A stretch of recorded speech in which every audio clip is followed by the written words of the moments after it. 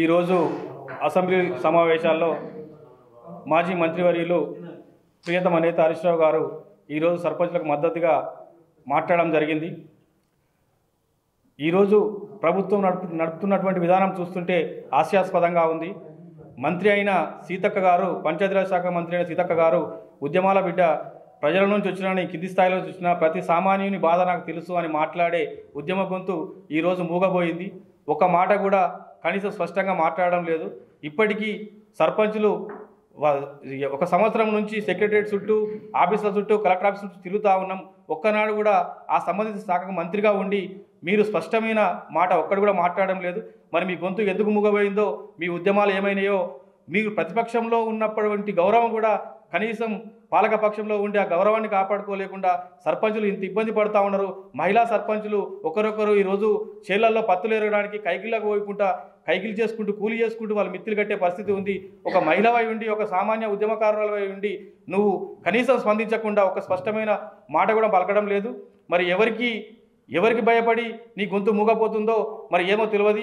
మీ ముఖ్యమంత్రి గారు ఏ లక్ష్యంతో అయితే ముఖ్యమంత్రి అయినాడో ఆయన ఆ లక్ష్యాన్ని నెరవేర్చుకుంటున్నాడు. ఆయన లక్ష్యానికి కరెక్ట్గా ఆయన న్యాయం చేస్తూ ఉన్నాడు. మరి నువ్వు కూడా మీకు కూడా మంత్రివర్గంలో చోటిచ్చి కాబట్టి మీరు ఏ లక్ష్యంతో పనిచేస్తూ ఉన్నారు? మీరు ఉద్యమాలు చేసిన వాళ్ళు కదా, మీ లక్ష్యం ఏందనేది మీరు ఇప్పటికైనా ఆలోచించుకోవాలని చెప్పి సీతక్క గారిని కోరుతా ఉన్నాం. ఈరోజు ముఖ్యమంత్రి గారు అనుచిత వ్యాఖ్యలు చేస్తూ కేవలం ప్రతిపక్షాలను అణచివేయడమే టార్గెట్గా పెట్టుకొని నేను అందుకే అయినా ప్రతిపక్షాలన్నిటివి లేకుండా చేస్తా, అందుకే సీఎం అయినా అనే విధంగా నువ్వు వ్యవహరిస్తూ ఉన్నావు. అది కాదు, నువ్వు ప్రజాపాలన పేరుతో ప్రజలకు పాలించు, ప్రజలకు నిరంజనమైన పాలన అందించు. గది కానీ నువ్వు నియమంత పాలన చేస్తూ ఈరోజు పోలీసు బలగాలను వెంటబెట్టుకొని నువ్వు మమ్మల్ని అరెస్టులు చేస్తూ మమ్మల్ని నిర్బంధించి నువ్వు సాధించే ఏం లేదు.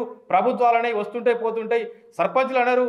సర్పంచ్ అనేవారు ఒక నిర్దిష్టమైన వ్యవస్థను నడిపిస్తూ వాళ్ళ గ్రామాలు ఎట్లా ఉన్న గ్రామాలను ఒక మల్లెపూలా తీర్చిదిద్ది వాళ్ళ సొంత కుటుంబ సభ్యులను కూడా ఇన్వాల్వ్ చేసుకొని సొంత ఖర్చులు చేసుకొని వాళ్ళు ఇలా గ్రామాలను ఒక పువ్వులాగా తయారు చేస్తే నువ్వు వచ్చి ఆడస్తుంది మళ్ళీ సేమ్ గ్రామాలను ఒక చెత్త కుండిలాగా తయారు చేసినావు. నీ నియమించిన పాలన ఇది ప్రజారంజకమైన పాలన కాదు. కాబట్టి ముఖ్యమంత్రి గారు ఖబర్దార్, మీరు ఏదైతే మళ్ళీ సర్పంచ్ ఎలక్షన్లకు వస్తామని అనుకుంటున్నారో అది మీరైతే మళ్ళీ ఎలక్షన్లకు రావాలంటే సర్పంచ్ల బిల్లుల మీద ఒక స్పష్టమైన హామీ ఇచ్చి వాళ్ళు బిల్లులు విడుదల చేసిన తర్వాతనే నువ్వు సర్పంచ్ ఎలక్షన్ జరుపుకోవాలి. సర్పంచ్లు అనేటోళ్ళు పార్టీ బేసిక్గా గెలవరు కాబట్టి అన్ని పార్టీల వాళ్ళు ఉంటారు. వాళ్ళు ప్రజలు గ్రామాల అభివృద్ధి కొరకు పనిచేసారు తప్ప పార్టీల కొరకు పనిచేయలేదు. నువ్వు కేవలం సర్పంచ్లు అంటే బీఆర్ఎస్ పార్టీకి సంబంధించిన వాళ్ళే అనే ఉద్దేశంతో ఇలా మా మీద కక్ష తీసుకోవడం నీకు తగదు. ఇది మంచి పద్ధతి కాదు. కాబట్టి మాకు ఒక స్పష్టమైన నిర్దిష్టమైన సమయంలో స్పష్టమైన ఒక హామీ ఇచ్చిన తర్వాతనే మా బిల్లుల గురించి మీరు ఎలక్షన్లకు ముందుకు పోవాలి. లేకపోతే ఖబర్దార్, మీ ఎలక్షన్లు గడవనీయము, మీ కలెక్టరేట్ ముట్టడిస్తాం, మీ సెక్రటరీ ముట్టడిస్తాం, మీ మంత్రుల ఇండ్లు కూడా ముట్టడిస్తామని చెప్పి హెచ్చరిస్తూ ఉన్నాం. ఈ విధంగా ఈరోజు మంత్రి గారు మాట్లాడేందుకు వారి కృతజ్ఞతలు తెలియజేస్తా ఉన్నాం బీఆర్ఎస్ పార్టీ తరఫున హరీష్ రావు గారికి.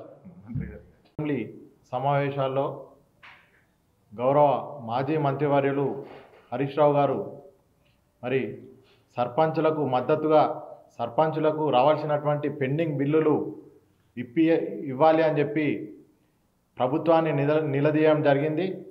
దానికి సర్పంచుల పక్షాన గౌరవ మాజీ మంత్రివర్యులు హరీష్ అన్నకి కృతజ్ఞతలు తెలియజేస్తూ మరి ఇప్పుడున్నటువంటి ప్రభుత్వం మరి పంచాయతీరాజ్ మంత్రి గారు మరి ఎలాంటి స్పష్టమైన సమాధానం చెప్పకుండా ఏదో దాటివేసే ధోరణిలో సమాధానాలు చెప్తూ మరి గత ప్రభుత్వంలో ఇవ్వవలసిన బిల్లులు ఇప్పుడు ఇస్తలేరు, మేమెందుకు ఇస్తామనే ఒక ధోరణిలో మాట్లాడుతూ ఉంది. మరి ప్రభుత్వం అంటే ఒక కంటిన్యూస్ ప్రాసెస్, అంటే ఒక సిస్టమ్. అది రాజకీయ పార్టీలు ఒక 5 సంవత్సరాలు ఒక ప్రభుత్వంలో ఉంటుంది, ఇంకో 5 సంవత్సరాలు ఇంకో పార్టీ ఉండొచ్చు, కానీ వ్యవస్థ అనేది ఎప్పుడు నడుస్తూనే ఉంటుంది. మరి గతంలో చేసిన బిల్లులు మేమెందుకు ఇస్తామని చెప్పడం మాత్రం ఆ ప్రభుత్వానికి సిగ్గుచేటు. ప్రభుత్వం అంటే గ్రామ పంచాయతీ వ్యవస్థ నడవాలంటే మరి ఎప్పుడు అధికారులు ఉంటారు. మరి గతంలో ప్రభుత్వంలో ఉన్నటువంటి అధికారులకు వాళ్ళందరికీ తెలుసు గ్రామ పంచాయతీలకు రావాల్సిన బిల్లులు ఎన్ని ఇవ్వాలో ఏందనేది కూడా మొత్తం తెలుసు వాళ్ళకు. మరి వాళ్ళ ద్వారా తెలుసుకొని బిల్లులు ఏవైతే పెండింగ్లో ఉన్న బిల్లులు అవన్నీ కూడా వెంటనే విడుదల చేయాలి. మళ్ళీ ఇంకొకటి ఏంటంటే గతంలో గత ప్రభుత్వం ఉన్నప్పుడు ఏదైతే అమౌంట్ ఉన్న వాటికి చెక్కులు జనరేట్ చేసి ఎస్టీఓలో సబ్మిట్ చేయడం జరిగింది. అవన్నీ కూడా మార్చు ఏదైతే ఇప్పుడు ఉన్నటువంటి కాంగ్రెస్ ప్రభుత్వం వచ్చిన తర్వాత ఆ చెక్కులన్నీ కూడా క్యాన్సిల్ చేయడం జరిగింది.